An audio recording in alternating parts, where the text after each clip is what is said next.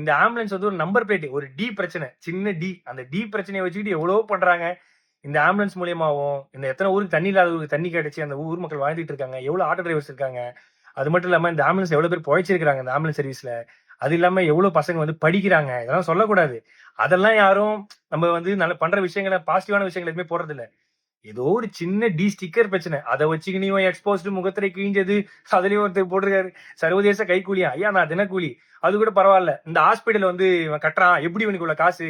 ஏங்க நான் ஈவென்ட் போறேன். நான் வந்து ஆங்கரிங் பண்றேன். நான் படம் நடிக்கிறேன். ஆட் ஷூட் பண்றேன். அத தாண்டி நான் ஃபாரின் ஈவென்ட்ஸ் போறேன். இதுலயும் வந்து இவருக்கு ஃபாரின்ல இருந்து யாரோ காசு தராங்க. யாருங்க காசு தருவா அந்த காலத்துல? என்கிட்ட ட்ரஸ்ட் கிடையாது.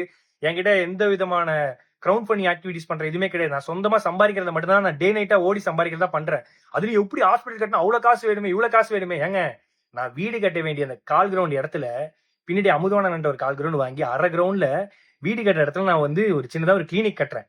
அதுக்கு வந்து சொல்றாங்க எப்படி வந்து இவருக்கு இவ்வளவு காசு கிடைக்குது? ஏங்க இதே நான் வந்து ஒரு 1.5 கோடி ரூபாய்க்கு லக்ஸரி காரும் ஒரு அடுக்குமாடி வீடும் கட்டியிருந்தா உனக்கு எந்த பிரச்சனையும் வந்திருக்காது நிறைய பேர் சொன்னாங்க. பட் அந்த அடுக்குமாடி வீடுக்கு பதிலா அந்த ஹாஸ்பிட்டலும் இந்த லக்ஸரி காருக்கு பதிலா ஆம்புலன்ஸ் வாங்கணும்னு நினைச்ச ஒரு விஷயத்தினால இவ்வளவு பிரச்சனை வருது.